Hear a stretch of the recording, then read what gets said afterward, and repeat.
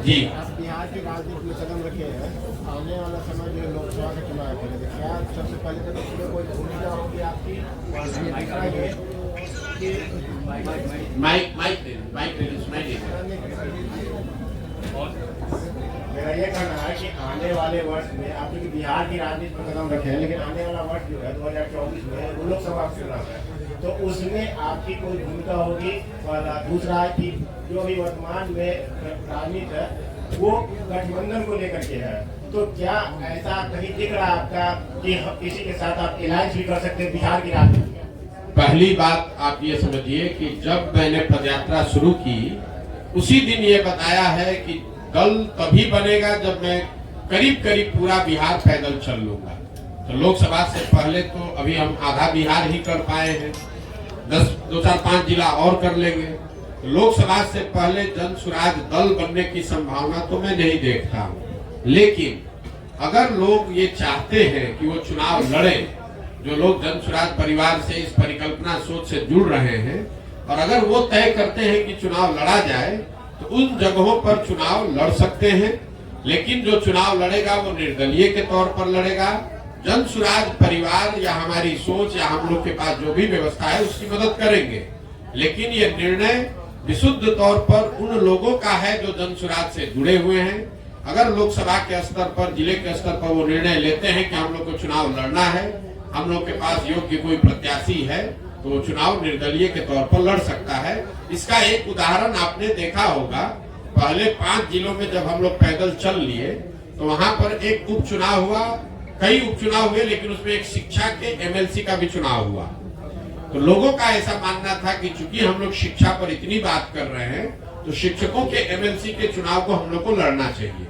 तो उन 5 जिले के जन स्वराज के साथियों ने मिलकर यह तय किया और अपने में से अफाक अहमद जी को चुनकर प्रत्याशी बनाया गया। वो लड़े निर्दलीय के तौर पर, लेकिन चुनाव जीते, अभी एमएलसी भी है। तो लोकसभा में ये संभव है कि जन स्वराज के जो साथी जिन जिलों में हम लोग पदयात्रा कर चुके या जहां पर वो संगठन बन गया है, वहां पर अगर वो तय करते हैं कि चुनाव लड़ना है, उनके पास उनकी नजर में कोई योग्य उम्मीदवार होगा तो उम्मीदवार निर्दलीय के तौर पर लड़ सकता है। जन स्वराज दल के तहत कोई चुनाव लड़ने की अभी संभावना नहीं है। दल तभी बनेगा जब मैं पूरे बिहार की या ज्यादातर बिहार की पदयात्रा पूरी कर लूंगा। दूसरा आपने कहा गठबंधन की, तो कोई संभावना नहीं है, इसको लिख लीजिए बिल्कुल बोल्ड शब्द में।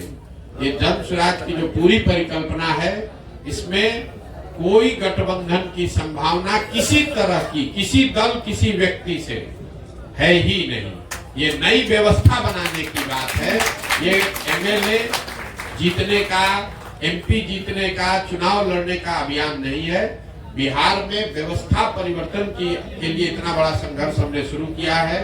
हमको 10, 20, 50 एमएलए जिताने में कोई दिलचस्पी नहीं है, एमएलए जिताने में भी दिलचस्पी नहीं है। हमारी दिलचस्पी है कि बिहार को जीता जाए, लेकिन बिहार को सही लोगों के साथ जीता जाए, उनके पास सही लोग जीते और उनके पास योजना हो, तभी बिहार सुधरेगा। और जो हमारी अपनी समझ है कि जो अभी तक हमने देखा है 16 महीनों में, अभी तक जो मुझे दिख रहा है, जब ये दल बनेगा तो बिहार की जनता तैयार है। या तो वो इस दल को अर्श पे बैठाएगी या फर्श पे रखेगी, या तो जन स्वराज को 0 सीट आएगा या इतना सीट आएगा कि आप उसको गिन नहीं पाइएगा। इसलिए गठबंधन की कोई जरूरत भी नहीं है। ये संभव है कि सारे प्रयास के बावजूद जनता इससे इत्तेफाक न रखे, लेकिन अगर इत्तेफाक रखेगी तो ये मॉडल ही ऐसा है कि इसमें या तो आप पूरा ही आपका है या नहीं तो कुछ भी आपका नहीं है।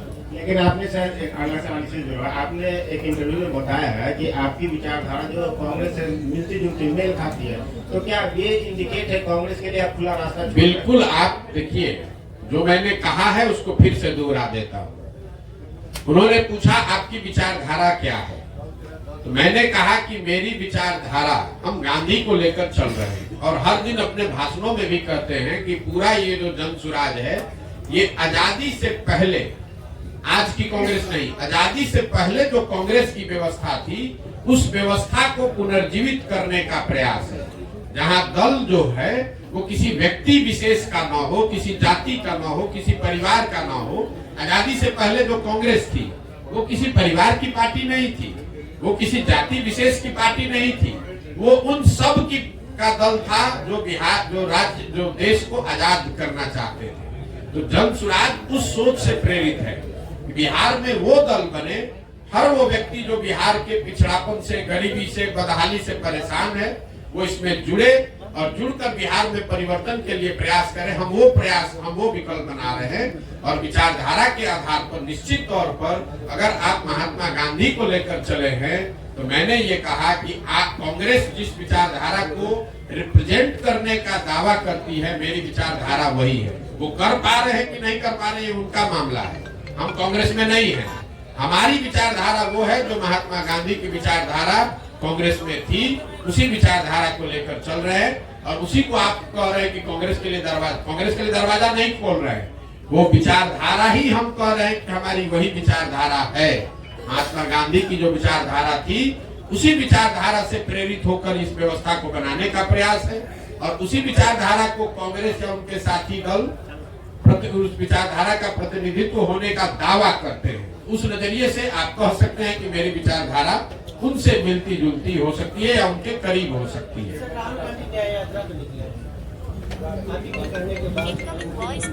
नहीं, राहुल गांधी तो बहुत बड़े नेता हैं, उनको हमारे कहने की और सुझाव की क्या जरूरत है।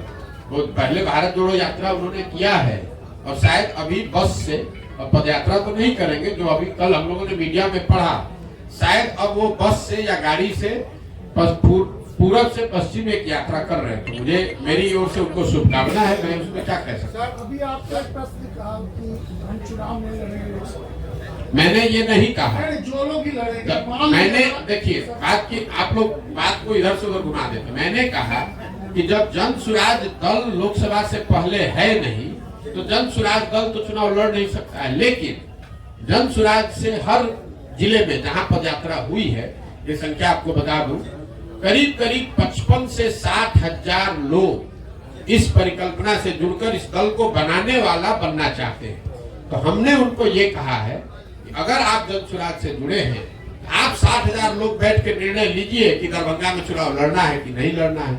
अगर वो निर्णय लेंगे और उनके पास इस विचारधारा के मानदंडों के हिसाब से कोई चेहरा मिल जाए उम्मीदवार के तौर पर, तो उसको हर हालत में पूरी मजबूती से निर्दलीय के तौर पर लड़ाया जाएगा। लेकिन अगर किसी कारण से आपको चुनाव नहीं हो पाता, हमारे जिला की बात है, दरभंगा लोकसभा में नहीं हो पाता, कोई नहीं लड़ेंगे, कोई हड़बड़ी नहीं। लेकिन जो आपके साथ जुड़े हुए लोग हैं, हाँ, उनको आप क्या कहेंगे? तीन पार्टी को कोई दिक्कत कुछ नहीं कहेंगे।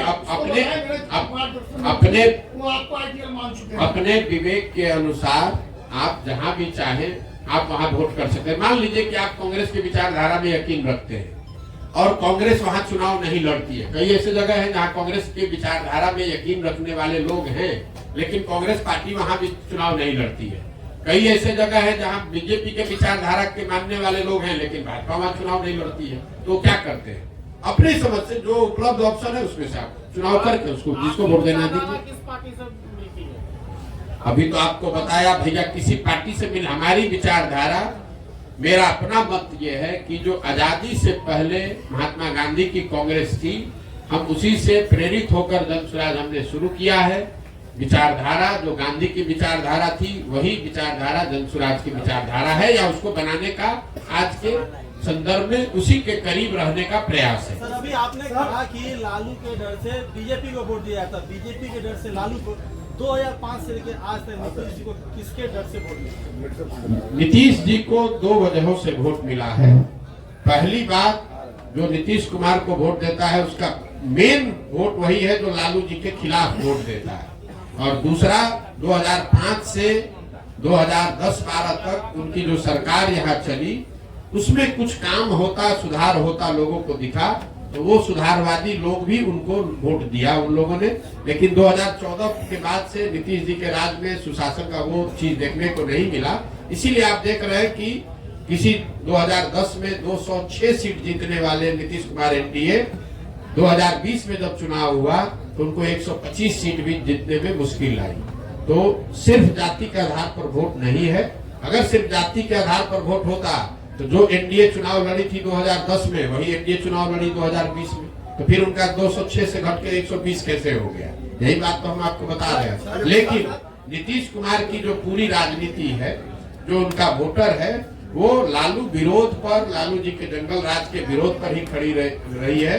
उसमें एडिशन जैसे जैसे वो आगे बढ़े तो कुछ और लोग जुड़े होंगे, लेकिन मूल वोट जो उनका है वो लालू विरोध का वोट है। जो लालू से डरता है या लालू जी को नहीं चाहता है, वो नीतीश जी को वोट पहले करता रहा है। तो जदयू की राष्ट्रीय कार्यकारिणी की बैठक होने जा रही है जी, जदयू की राष्ट्रीय कार्यकारिणी की बैठक होने जा रही है और संभावना जताई जा रही है कि नीतीश कुमार फिर से पलटी मार सकते हैं। इस पर क्या प्रतिक्रिया आपने? देखिए, नीतीश कुमार के राजनीतिक जीवन का ये अंतिम दौर चल रहा है, राजनीतिक पारी का ये अंतिम दौर चल रहा है। नीतीश कुमार को खुद नहीं मालूम है कि वो कहां हैं और कहां रहेंगे। इतना मैं जरूर कह सकता हूं कि लोकसभा से पहले अब उनके पास कोई विकल्प नहीं है। उनको चुनाव तो महागठबंधन में ही लड़ना पड़ेगा।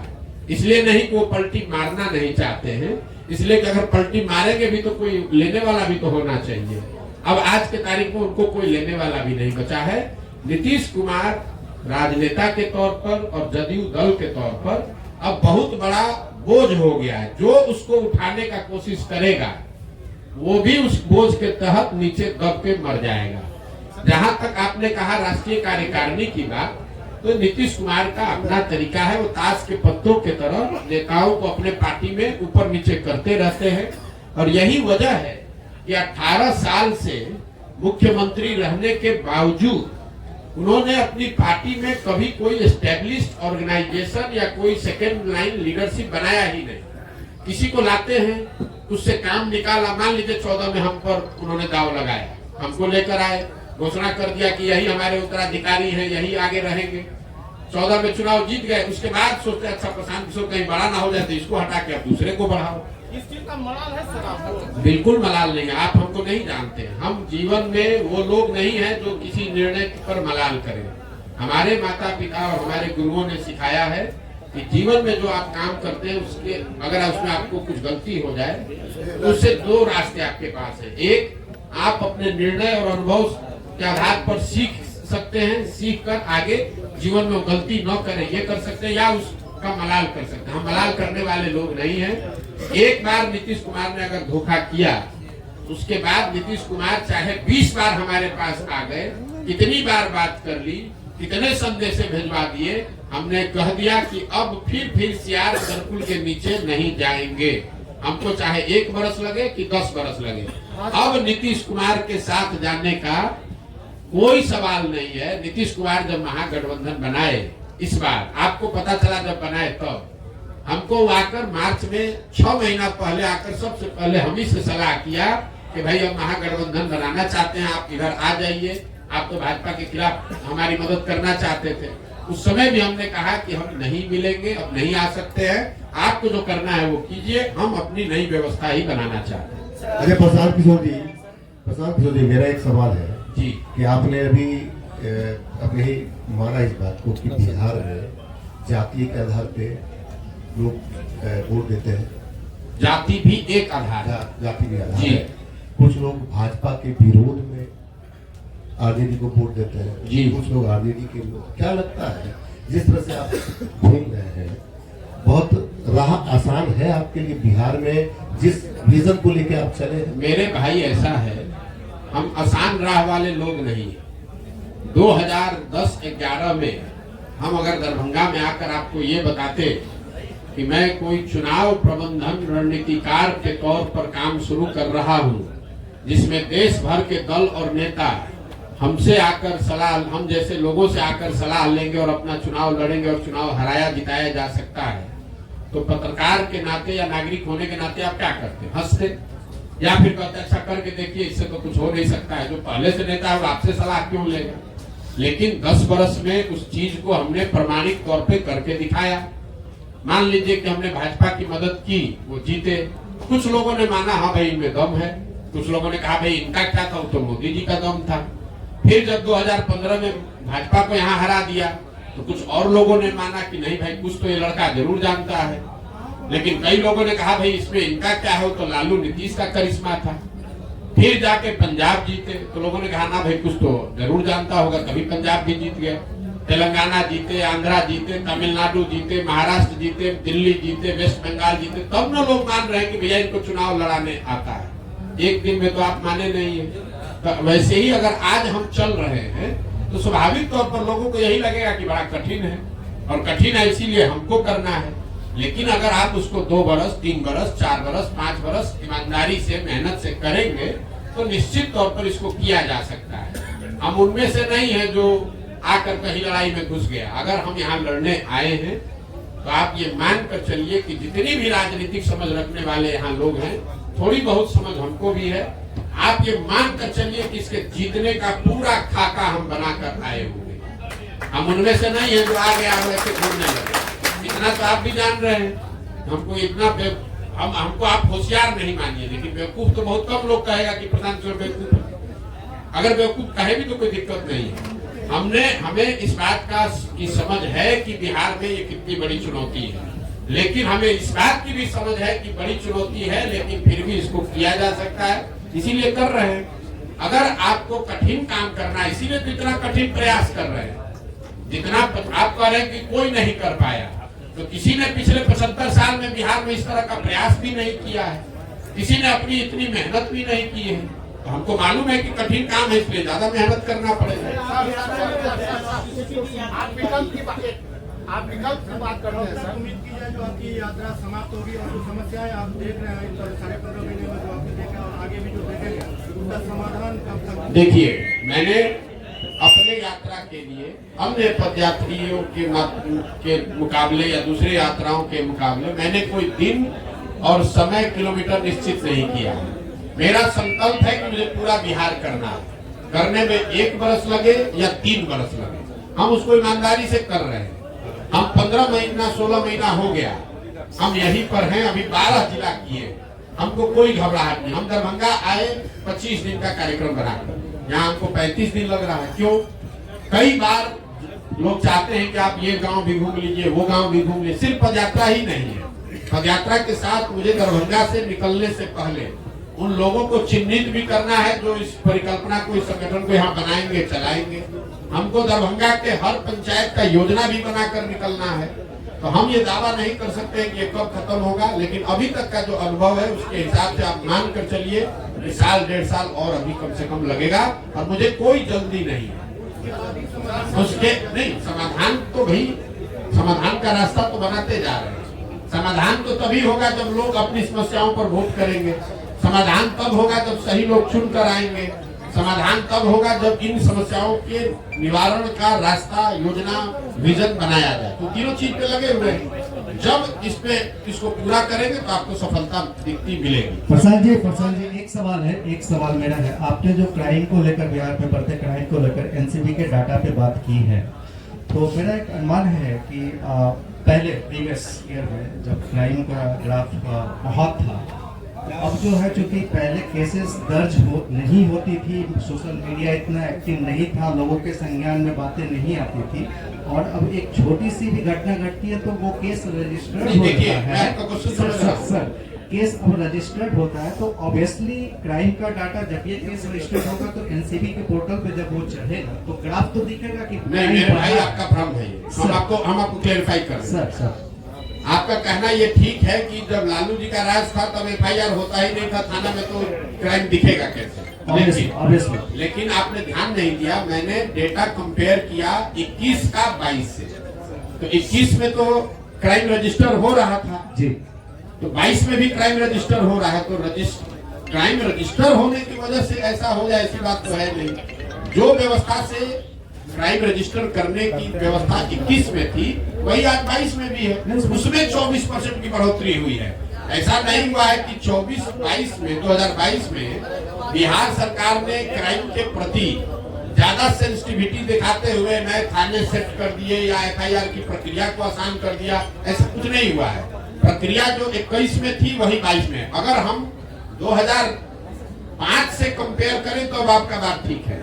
हम तो 21 को 22 को 21 से कंपेयर कर रहे हैं, और उसमें क्राइम रजिस्टर करने की जो व्यवस्था है उसमें कोई आमूलचूल परिवर्तन नहीं लाया गया है। तो ये कंपेरेबल डेटा है और 24% FIR ज्यादा हुए हैं, ज्यादा कॉग्निटिबल क्राइम हुए हैं, ये डेटा दिखा रहा है। और सिर्फ दिखाने की बात नहीं है, सिर्फ आंकड़ों की बात नहीं है। हम लोग जब पैदल चल रहे हैं और आप लोग भी समाज में रहते हैं, मैंने आपको क्या कहा पूरी बात सुनिए। जब शुरुआती महीनों में मैं चल रहा था तो लोग बताते थे कि भैया देखिए अब आजकल फिर क्राइम बढ़ेगा शायद। फरवरी के बाद मतलब महागठबंधन सरकार बनने के 5-6 महीने के बाद से लोग आकर कह रहे भैया देखिए क्राइम बढ़ गया है। तो मैं जो लोगों से सुन रहा हूँ वो भी डेटा में कहीं न कहीं, क्योंकि अभी जो हम चल रहे हैं डेटा तो उससे पहले का है, इस बार डेटा उससे भी बढ़कर आएगा। सर मेरा सवाल है कि आप विकल्प की बात करते हैं तो बिहार जो है 1975 से ही विकल्प की तलाश में रहा है और जितने क्षेत्रीय क्षत्रप है उसी विकल्प की उपज है और इन सारे लोगों ने बिहार को छला और ठगा है। तो आप जन स्वराज जो है एक विकल्प के रूप में देखा जा रहा है, इसकी क्या गारंटी है कि पिछले लोगों की तरह जन स्वराज बिहार के लोगों? मेरे भाई हमारे हर भाषण को सुन लीजिए, हम हर भाषण में पहले कहते हैं कि आप बिल्कुल प्रशांत किशोर पर भरोसा मत कीजिए, आप अपने आप पर भरोसा की। प्रशांत किशोर अगर जन स्वराज बनाते, हम इसके नेता होते, हम आपको कहते कि हम आपका ठीक कर देंगे, तब न धोखा देते। हम तो आप हमारी भाषणों को जाकर सुन लीजिए, हम ये कह रहे हैं कि कोई प्रशांत किशोर 10 प्रशांत किशोर आ जाएगा तब भी आपका जीवन नहीं सुधरेगा। आपको अपने आप में अपने वोटिंग बिहेवियर में सुधार करना है और दल अगर बनाना है तो सबको मिलकर बनाना होगा ताकि कोई किसी को न ठगे। अगर बिहार के 10 लाख लोग मिलकर दल बना रहे हैं तो सब लोग तो एक दिन में नहीं परिवर्तित हो जाएगा। प्रशांत किशोर तो ठग सकते हैं। आपने कहा पहले हुआ है, पहले किसने यहाँ बिहार में सबको सबसे संवाद करके मिलके इतनी बड़ी पदयात्रा करके किसने दल बनाया? यहाँ दल तो आधा मिनट में बनता है। जो दल बनाया वो कहा कि हम इसके नेता रहेंगे और हमारे बाद हमारे बेटा रहेंगे। दल तो यहाँ ऐसे ही बनता है। बिहार के लोगों से बातचीत करके कोई दल बना हो, आप हमको बता दीजिए, हम मान लेंगे कि भाई हमारी गलती है। प्रशांत जी मेरा दो सवाल है। कुछ लोगों का कहना है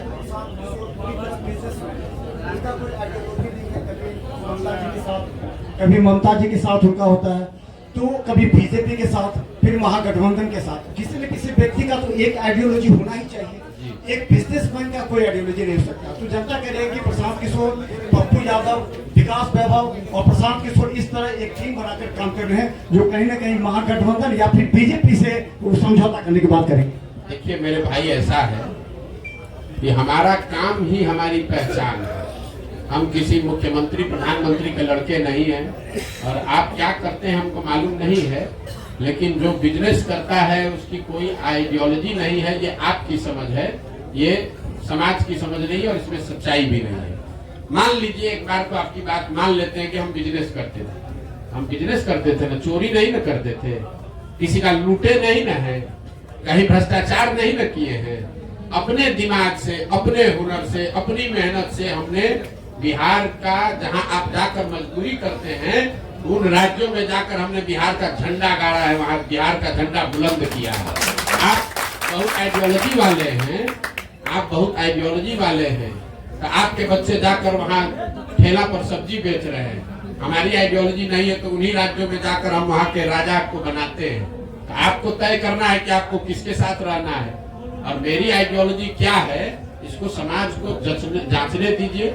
स्वाभाविक है बहुत लोगों को अच्छा नहीं लगेगा तो न लगे, उससे क्या दिक्कत है। जब देश आजाद हुआ, प्रशांत किशोर तो बहुत छोटे आदमी हैं, जब देश आजाद हुआ जिस दिन 15 अगस्त 1947 को, उस दिन भी इसी देश के हजारों ऐसे लोग होंगे जो अंग्रेजों से सैलरी लेकर उनके साथ काम कर रहे थे।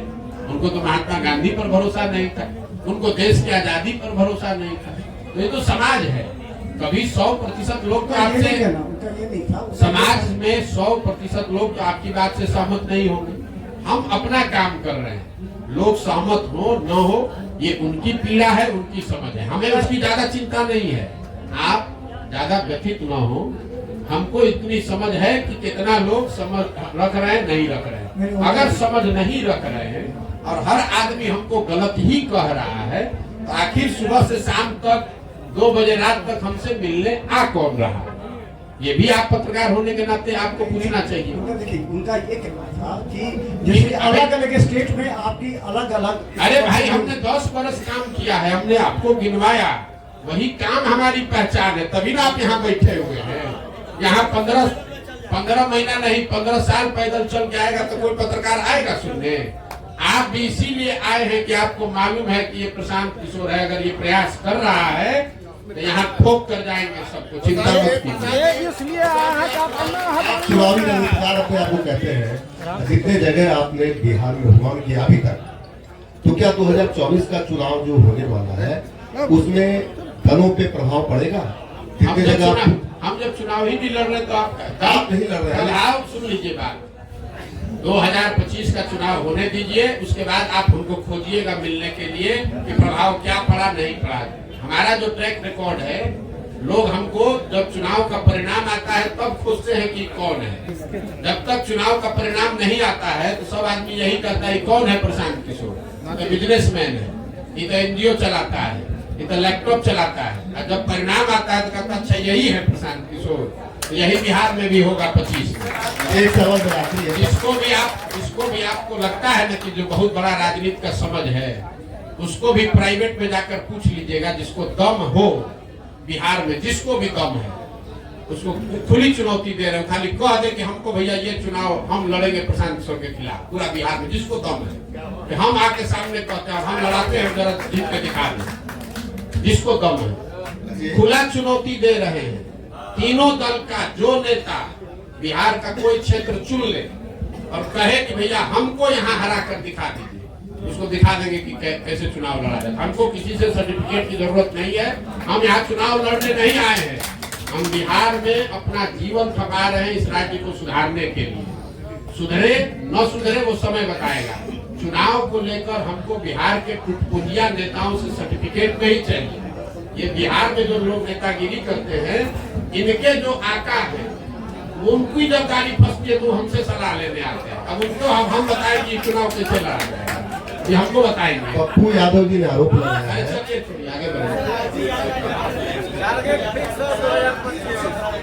मेरा एक प्रश्न, एक तरफ रामलला की मूर्ति का 22 तारीख को 22 तारीख को अयोध्या में मंदिर पूर्णिमा है, दूसरे राहुल गांधी यात्रा निकाल रहे हैं। कई लोग ऐसे हैं नेता जो वहां जाने के लिए प्रतिकार करते हैं। ऐसी स्थिति में प्रशांत किशोर जो भोजन के बहुत नजदीक होते हैं, साथ ही साथ हर चीज को जानते हैं, क्या कहेंगे जिसको मंदिर निर्माण और एक तरफ यात्रा, वोटर भी कर और नेता भी कर। अरे ये कंफ्यूज आप लोग हैं। राम मंदिर का उद्घाटन चुनाव में बहुत बड़ा मुद्दा नहीं है। मैं आपको ये अपने अनुभव के आधार पर बता देता हूँ। चुनाव की जितनी समझ हमको थोड़ी बहुत है, कोई एक मुद्दा जिसको आपने पहले कड़ाही पर चलाकर गुड़ बना लिया है, अब वापस से उसको चढ़ाकर समाज को उस तरीके से आंदोलित नहीं किया जा सकता है। राम मंदिर के मुद्दे पर एक बार जब आडवाणी जी सोमनाथ से चले, तब एक बार उस मुद्दे पर वोट पड़ा। उसके बाद वो बहुत बड़ा मुद्दा है, लोगों के सबकॉन्शियस माइंड में है, चर्चा में है, प्रचार होगा, लेकिन वोट उस पर नहीं पड़ेगा। आप मोदी जी ने जब अपने पार्लियामेंटेरियन से, अपने सांसदों से मुलाकात की, तो मोदी जी ने भी खुद कहा कि खाली राम मंदिर के नाम पर चुनाव नहीं जीता जा सकता है, क्योंकि एक बार मंडल आया तो देश में बहुत आंदोलन हुआ, लेकिन जब 5 वर्ष के बाद मंडल लागू किया गया तो किसी को पता नहीं चला। आज जब रिजर्वेशन के लिए यहाँ बिल पास हुआ तो उस पर कोई रिएक्शन नहीं है। तो समाज की इतनी समझ रखिए, काठ की हांडी या कच्ची हांडी, आप एक ही चीज को बार बार नहीं चला सकते हैं। जन आंदोलन हुआ अन्ना के समय में लोकपाल को लेकर, आज आपको लगता है कि जन लोकपाल के नाम पर आंदोलन फिर से हो सकता है? उस समय हुआ, पूरा देश अन्ना के साथ जन लोकपाल के नाम पर खड़ा हुआ। आज अगर अन्ना भी आ जाए, जन लोकपाल फिर से लेके बैठ जाए तो भी कोई नोटिस नहीं लेगा। तो राम मंदिर का उद्घाटन बहुत बड़ी घटना है, उसकी चर्चा होगी, बीजेपी उसका प्रचार प्रसार भी करेगी, उसका लाभ लेने का कोशिश भी करेगी, लेकिन वोट उस पर बहुत ज्यादा प्रभावित उसकी वजह से नहीं हो, दूसरी वजह से लोग वोट भले दे दे, वो अलग बात है। राम मंदिर का निर्माण एक घटना है। बहुत बड़ी घटना है, उसका उद्घाटन बहुत बड़ी घटना है। हाँ सर, राम मंदिर का निर्माण नहीं, बात घुमाते बहुत है। राम मंदिर का उद्घाटन एक बड़ी घटना है, लेकिन उस घटना का वोट पर सीधा प्रभाव नहीं पड़ेगा। आप जाकर यहाँ पूछ लीजिए जो भाजपा को वोट दे रहा है कि वोट आप इसलिए दे रहे हैं कि 22 तारीख को उद्घाटन है, कि वोट आप इसलिए दे रहे हैं कि मोदी जी नेता है। तो ज्यादातर लोग कहेंगे कि हम वोट मोदी की वजह से दे रहे हैं। ये नहीं कहेगा कि 22 तारीख को उद्घाटन है इसलिए हम कम्युनिस्ट पार्टी के वोटर थे, क्योंकि 22 को उद्घाटन है तो भाजपा को देने लगेंगे। ऐसा लोग नहीं मिलेगा। हाँ सर, दिख रहा है प्रशांत, मोदी को टक्कर देने वाला विपक्ष में कोई दिख रहा है चेहरा आपको? मेरे भाई एक चीज मैं आपको बता दूं, देश में विपक्ष कभी कमजोर नहीं होता है, विपक्षी पार्टी कमजोर हो सकती है। जो मोदी जी महामानव बताए जा रहे हैं, इनको कोई नहीं हरा सकता है। 2000 आगे की बात छोड़ दीजिए, भविष्य की 2019 में जब वो चुनाव लड़े, पूरी उनकी ताकत, उनका करिश्मा, संघ, आइडियोलॉजी, पुलवामा सब मिला दीजिए, तब भी जो 100 लोग वोट देने गए बूथ पर, उसमें 38 लोगों ने मोदी जी के भाजपा के पक्ष में वोट दिया, 62 लोगों ने नहीं दिया। तो 62 लोग ज्यादा है कि 38 ज्यादा है? तो इस देश में विपक्ष कभी कमजोर नहीं है। ये जरूर है कि विपक्ष का जो दल, विपक्ष की सेंटिमेंट को रिप्रेजेंट करने वाले जो दल है वो कमजोर हो सकते हैं। इसलिए आप गांव देहात में घूमते हैं तो ऐसा नहीं है कि हर गांव में लोग जय जयकारा कर रहा है कि भैया भाजपा आ गई तो हमारा जीवन बदल गया, लेकिन फिर भी जाकर वो वोट इसलिए दे सकता है कि उसको लगता है कि राहुल गांधी के मुकाबले तो फिर भी ये ठीक है, या लालू यादव के मुकाबले फिर भी ठीक है, इसलिए लोग वोट देते हैं। चेहरा कोई नहीं है।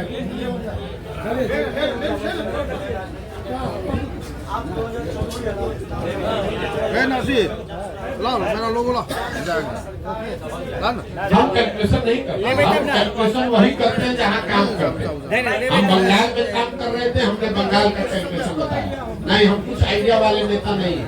हम जो बोलेंगे बिहार के नजरिए से आपको बोल देते हैं, आप इसको हेडलाइन ले लीजिए।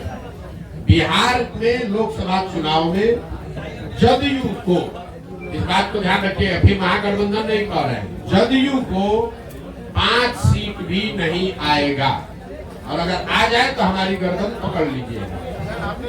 5 सीट भी नहीं आएगा, और लोकसभा चुनाव के बाद जदयू एज ए राजनीतिक दल का विघटन शुरू हो जाएगा। हम उन बातों पर टिप्पणी नहीं करते हैं जिसका हमको सीधा अनुभव नहीं है। बंगाल पर हमने टिप्पणी की क्योंकि बंगाल में हम काम कर रहे थे, और ठोक कर कहा कि भाजपा को 100 विधायक नहीं आएगा, 77 आया, देश भर का लोग कह रहा था 200 आएगा। तो यहाँ बिहार के नजरिए से आपको कह देते हैं जदयू को 5 सीट नहीं आएगा, 1 आए 2 आए 5 पार हो जाए तो आप हमारा गर्दन पकड़ लीजिएगा, बिहार की जनता के सामने खड़ा होकर माफी मांगिएगा। क्या नहीं दे? अरे टूट कुछ नहीं होता है। अभी नीतीश कुमार मुख्यमंत्री के कुर्सी पर है, टूट तो नीचे से अंदर पूरी हो गई है। अब चूंकि सत्ता में वो बैठे हुए हैं तो लोग उनके साथ चिपका हुआ है।